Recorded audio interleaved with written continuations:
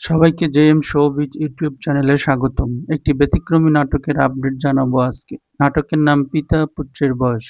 নাটকটি নিলয় আলমগীর ফিল্ম বা NF entertainment YouTube চ্যানেলে প্রচারিত হবে। পিতা পুত্রের বয়স নাটকটি পিতা ও পুত্রের মধ্যে আবেগ, ভালোবাসা ও পারিবারিক বন্ধনের নাটক।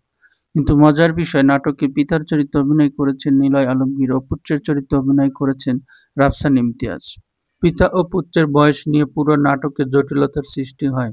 কমেডি ধাঁচে নাটকটি সবার ভালো লাগবে আশা করা যায়। নিলয় ও রাফসান ছাড়া নাটকটিতে আর অভিনয় করেছেন জান্নাতুল সুমাইয়া হিমি ও অদিতি জামান স্নেহা।